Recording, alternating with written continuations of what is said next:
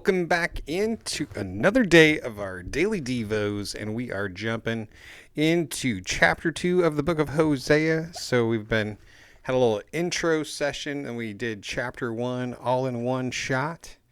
Now we're going to look at chapter 2, and I think we're going to take the whole chapter, just because it basically splits into two pieces, and I think it'd be a little rough to leave you hanging after part 1, so we're just going to cover both parts, and we'll just hope it doesn't get too long. So without further ado, if you'd be so kind as to strike that like button and maybe subscribe if you haven't subscribed yet, and share it with a friend. Drop a comment about something you're enjoying about the book of Hosea so far, or maybe what your favorite part about the book of Philippians was. I don't know, whatever you want to talk about. I'd love to hear what you have to say. So here we go. Chapter 2. Call your brothers my people, and your sisters compassion. Israel's adultery is rebuked here. So this is where we're going. Chapter 2. Rebuke your mother, rebuke her.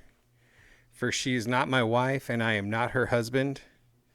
Let her remove the promiscuous look from her face and her adultery from between her breasts. Otherwise, I will strip her naked and expose her as she was on the day of her birth. I'll make her like a desert and like a parched land, and I will let her die of thirst. So there seems to be something beneficial, if you will, of hearing a rebuke and responding. Let her remove the promiscuous look. So this is the process of repentance. And so apparently there's benefit here to responding first and foremost to the rebuke. So God's gracious enough that we get second chances. He's just saying, hey, when the rebuke comes, make sure that you respond, make sure that you obey, make sure that you repent. Otherwise, these things will happen. We'll go down to verse 4. I will have no compassion on her children because they are the children of promiscuity. Yes, their mother is promiscuous. She conceived them and acted shamefully, for she thought, I will follow my lovers, the men who give me my food and water, my wool and flax, my oil and drink. Therefore, this is what I will do. So she thought to herself, I'm going to follow these people, these men, because they give me my food and water, my wool and flax. She's actually giving credit to the wicked, to the evil, to the enemy, in a sense, for her provision that actually comes from God. And so how many times do we get confused in our lives about where our provision comes from, about where our strength comes from, about where our sustenance comes from? We start thinking that it comes from our workplace, or it comes from this place, or it comes from that relationship, or it comes from whatever it might be. And it puts us in a place where we become willing to compromise who we are, what we believe in, who we say we love, who we say we serve, because of this like indenturedness or this servitude attitude, because of where you think your supply is coming from. And of course, you don't want that supply to dry up. Like, you don't want to suddenly be without. And so you become kind of almost like stuck, addicted, captive to that place, that person, that thing.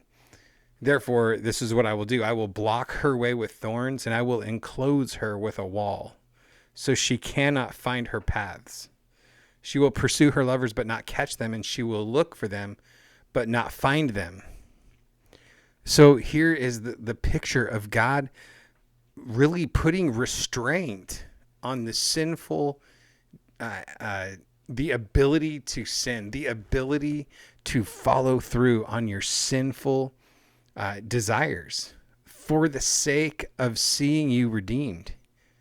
Like, this is so crazy that while God is being blasted by Israel, he's saying, I'm going to block her way. I'm going to enclose her, and I'm going to make it so she can't find her path to go where she wants to go, because I know that she's trying to go down a path of destruction. She'll pursue her lovers but not catch them. She will look for them but not find them.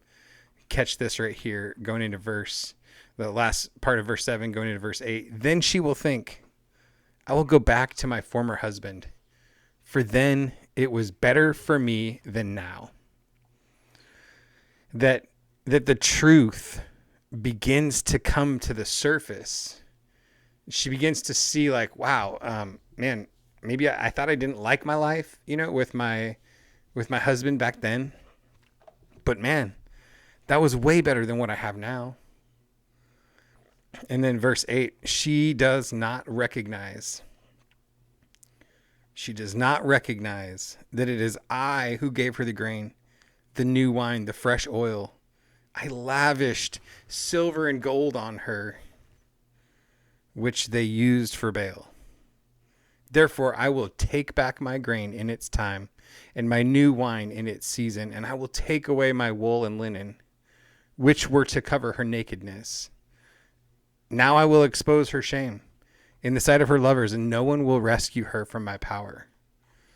Even still, the removal of the grain and the wine and the wool and the linen and the allowing of the nakedness to be exposed is still to show the evil and wickedness of sin, the destructive, death-bringing power of sin in Israel's lives, so that they would recognize that the only way to life is in God.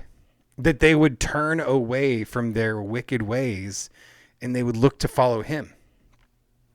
I will put an end to all her celebrations, her feasts, new moons, and Sabbaths, all her festivals. I will devastate her vines and fig trees. She thinks that these are her wages that her lovers have given her.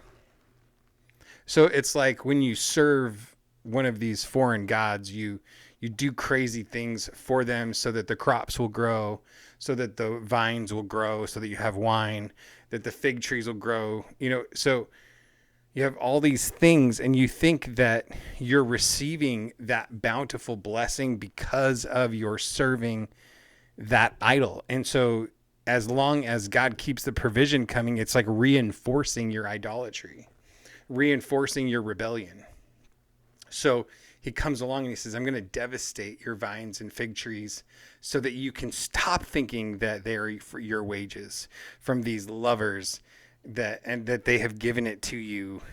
I'm going to turn it into a thicket and the wild animals will eat them. And I will punish her for the days of the Baals to which she burned incense.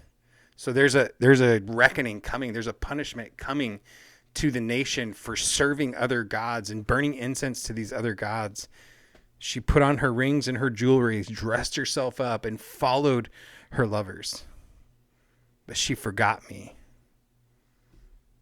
But she forgot me. And if you put this in context, 750 BC, like, man, there is a lot of God history in the nation of Israel for them to look back on and for them to remember and for them to commemorate if they followed the calendar that God gave them with the feasts and the festivals and the parties, to remember the things that God had done in their midst.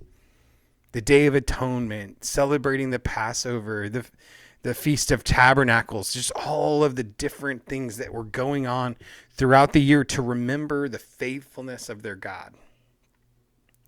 And yet she forgot me. This is the Lord's declaration. Therefore, I'm going to persuade her. Man, talk about a great God. He's not going to come in and blast her. He's going to come to her and persuade her. I'm going to lead her to the wilderness and speak tenderly to her. What? I mean, look at what she's done up here. The days of the Baals and burning incense and putting on her jewelry, getting all fancy for these foreign gods to serve other gods.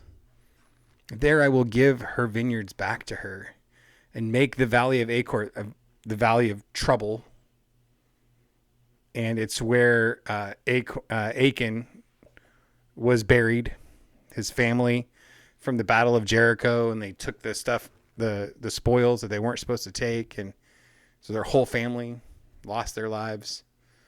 The Valley of Achor is what that was called, the Valley of Trouble. I'm going to make the Valley of Achor a gateway of hope.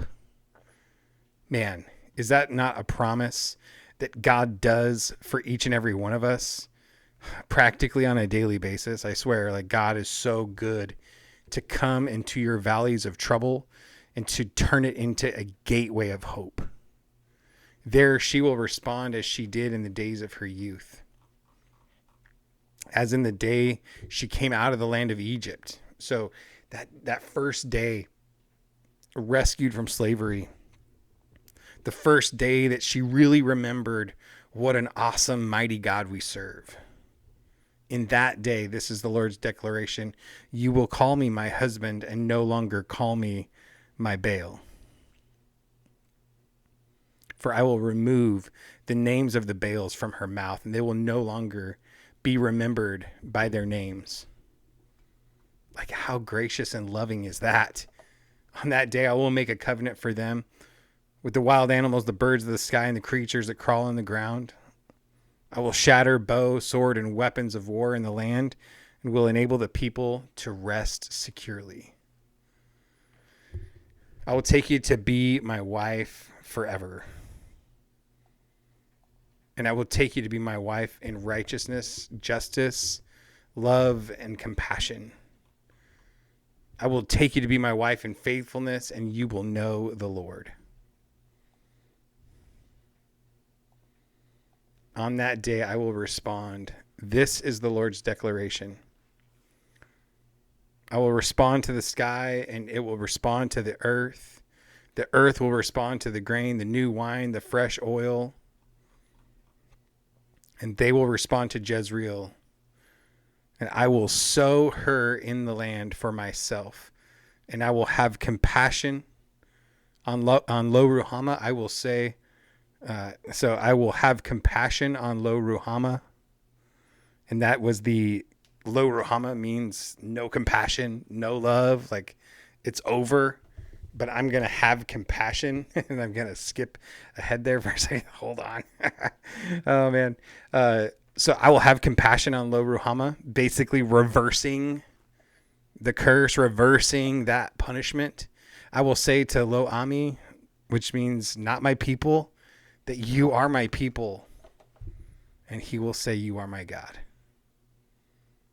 So, man, this is such a powerful picture of the rebellion of God's people getting sucked up into that mess, getting so deceived, so confused about where your supply comes from, where your crops come from, where the blessings are coming from, to where you end up giving credit to the enemy for the very things that God is providing for you and me.